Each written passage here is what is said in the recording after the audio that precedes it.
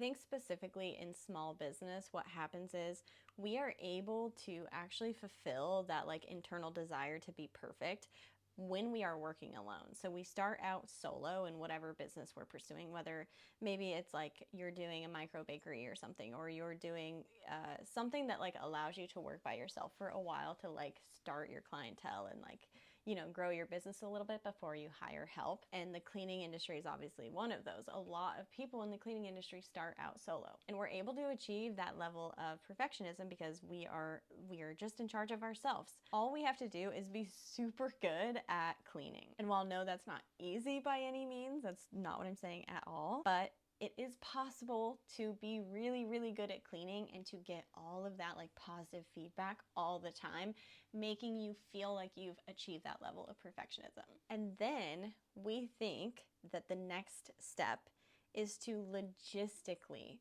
prepare to hire people because we can no longer take care of the clients that we have ourselves. There's just too many of them. So we think, oh my God, okay, I need to get these like training documents ready. I need to get this legal paperwork ready. I need to get my clients prepared for it and blah, blah, blah. And it's all like logistic. But I genuinely think that 50% of the work that you have to do in order to be able to grow your team is identity work, not logistics. And I am not saying that you have to do that identity work before you hire. It just goes hand in hand. So I remember I had this client, and they actually don't have their business anymore for a couple of reasons, but this particular client was actually really stressed because one of their newest cleaners, which I think they had at this time only had like 2 cleaners ever on their team because they were new to hiring people, one of their cleaners kept suggesting like better procedures or like better, I remember some of them were like products or like a better mop system, or like, oh, at my last job we did this, should we do this? And like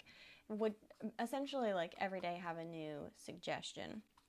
And something that kept coming up was that a lot of those suggestions the business owner thought were like good suggestions. And so she would essentially like take all of the good suggestions and like redo all of her like standard operating procedures around the good suggestions. And that's, you know, good in theory, but something that was a problem is that when somebody else was suggesting something that was better than the idea that the business owner had, that was causing insecurity for the business owner. In addition to like some friction with every time you change something, you have to change all of your like existing SOPs and spend money around changing the process because you need new supplies or new products or whatever. It was just causing the business owner stress. But something that I specifically remember is that because this person on their team who was brand new to their business and hadn't put really all of the effort and energy into the business like the business owner had, but they come in with these great suggestions,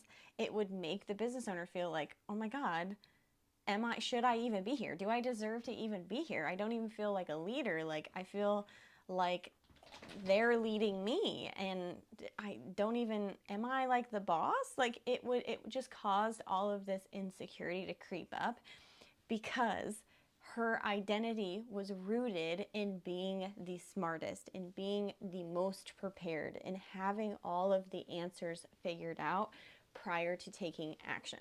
And again, I think this stems from women having to do this just to be safe, to be economically secure, to be perceived well by society. That would have a direct result on the well-being of the woman. So I don't think it's our fault that we come into our business with this mindset, but I do think that that mindset is harmful. Because if you come into your business with the mindset that if somebody else is smarter than you, or if somebody else is more well prepared, or if you don't have all of the answers, you never feel like you deserve to start.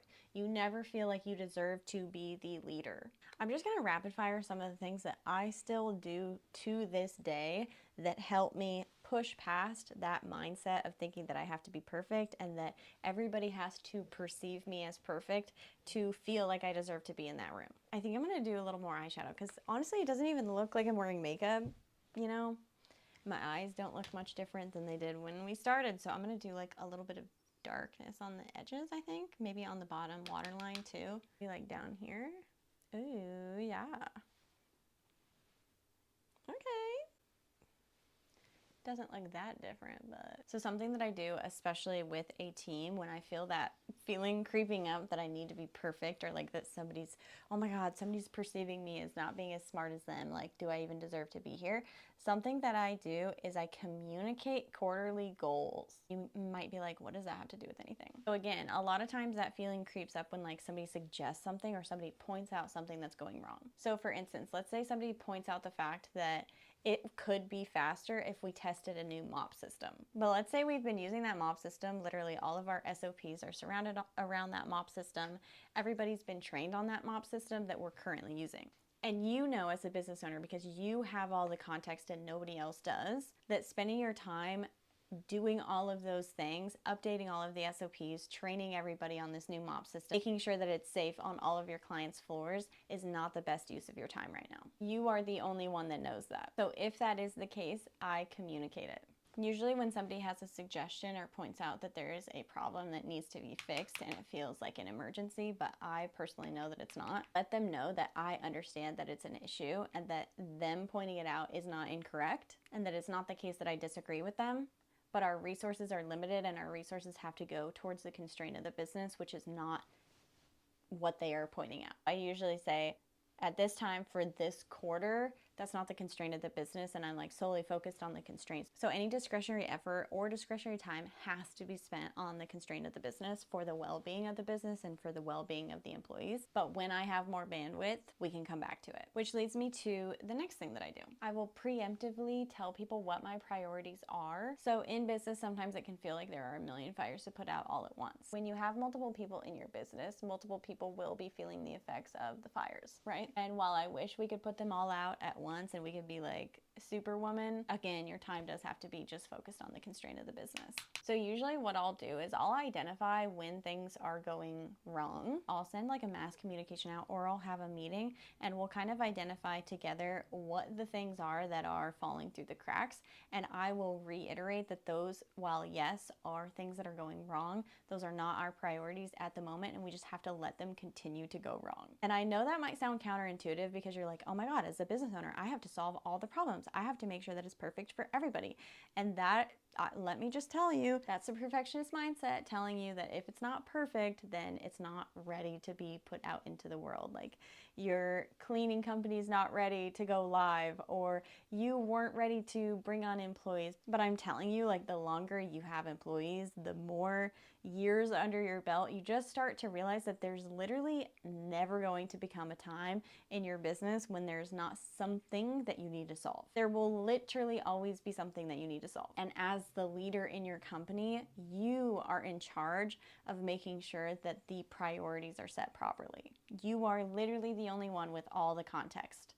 You see the business bank account. You see the tax bill. You're in the one-to-ones. You see the revenue. You see the profit. You see your owner's draw. You need to be the guidepost for the rest of your team to show them what needs to be prioritized with the limited resources that a small business has. That communication will literally just look like, hey guys, for this week, or maybe even this quarter or this month, whatever the timeline is, I am going to solely be focusing on XYZ because that is the constraint this week or this quarter or this month, whatever. So you will see XYZ fall through the cracks. So you will see me, maybe it's the case that you need to not show up to any of the weekly group meetings, or maybe it's the case that you lead a meeting and you're like, guys, I just want you to know that I'm going to just like preemptively cancel all of those because I have to physically focus on this constraint of the business. I have to put all of my effort and energy towards that.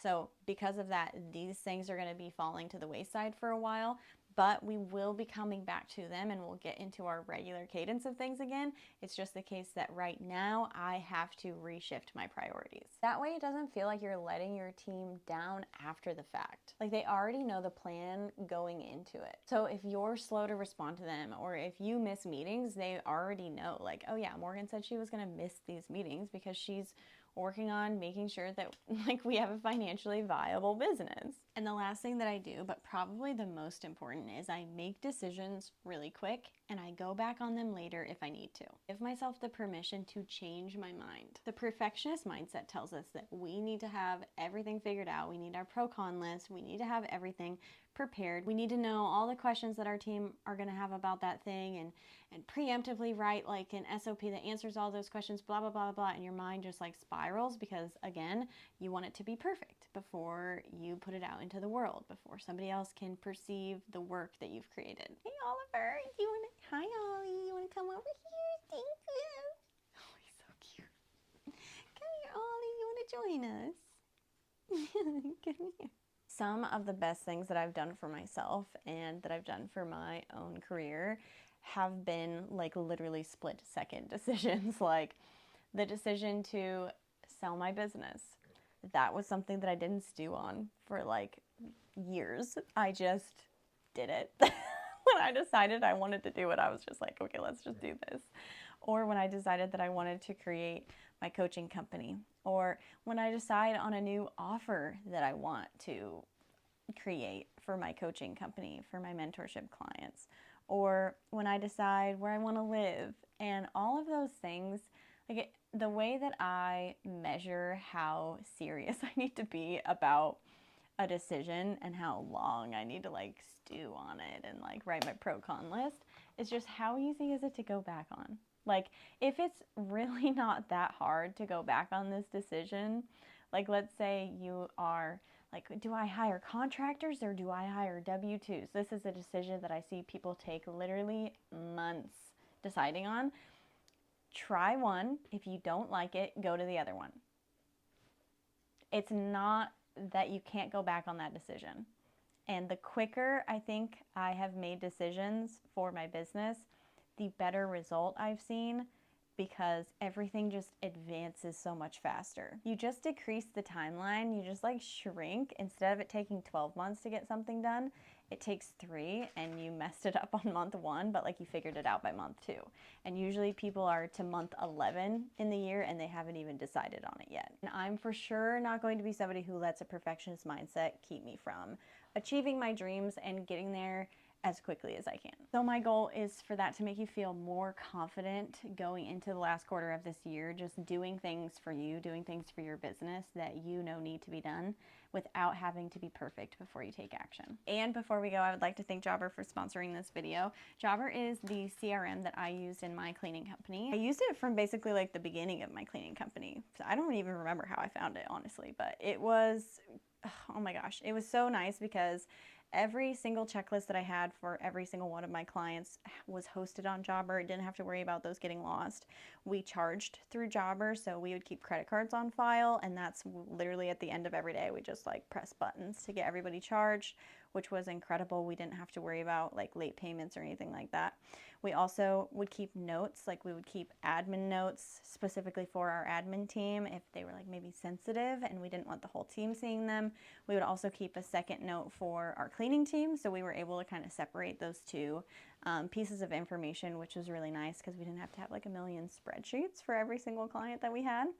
And then I think because we had like 300 plus clients in the software, it would have just been a nightmare to keep track of all of that like on spreadsheets solely. So yeah, I would definitely recommend. It just makes everything super organized and it makes the whole business easier to run, because then once you go to delegate your administrative staff, like that's where they live all day long. They just live in Jobber instead of in like a million different spreadsheets where things can get lost and you have to copy things over, and it's just, yeah, not as efficient and not as foolproof. So I would definitely recommend Jobber. If you're feeling like your software too is just not as robust as you need it to be, a lot of times I am switching over my clients from the existing software that they have over to Jobber because I'm just a big fan. It just does everything that you need in like the cleaning industry specifically. So it's literally built perfectly for just being like simple, but everything that you need to operate. There's going to be a link below that you can try it for free and get a discount. Let me know if you guys have any questions about that software at all. And otherwise, thank you so much for being here. I hope this gave you your confidence boost that you need in the last quarter of the year, and I will see you in my next video.